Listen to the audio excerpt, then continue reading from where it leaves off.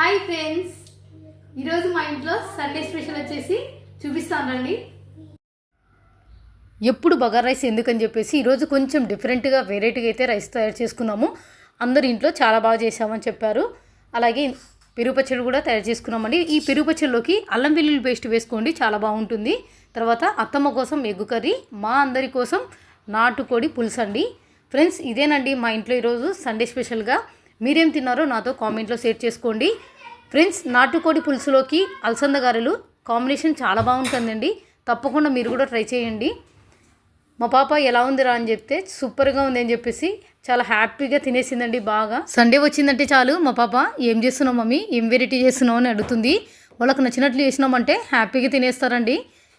Friends, నాటుకోడి కూర, అలసంద గారెలు ఈ రెండింటి కాంబినేషన్ సూపర్గా ఉంటుందండి. ఒకసారి ట్రై చేయండి. ఫ్రెండ్స్, మరి వీడియో నచ్చితే లైక్ చేయండి, ఛానల్ని సబ్స్క్రైబ్ చేసుకోండి. నెక్స్ట్ వీడియోలో మళ్ళీ కలుద్దాం.